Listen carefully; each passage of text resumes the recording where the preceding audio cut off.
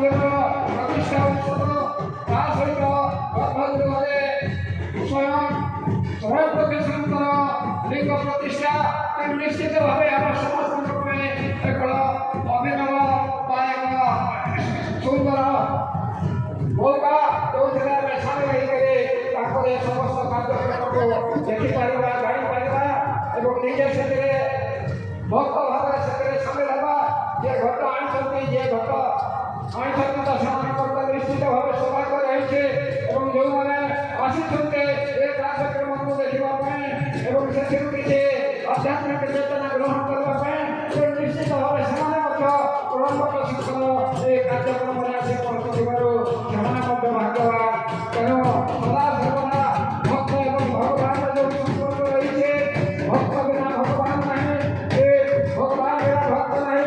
ତେଣୁ ଏ ଅତୁଟ ସମ୍ପର୍କ ଯେଉଁ ରହିଛି ଭକ୍ତ ଏବଂ ଭଗବାନଙ୍କର ତାହାକୁ ଆଜି ନିଶ୍ଚିତ ଭାବେ ଏ ଅଞ୍ଚଳ ଦେଖିପାରୁଛି, ଜାଣିପାରୁଛି, ଅନୁଭବ କରିପାରୁଛି।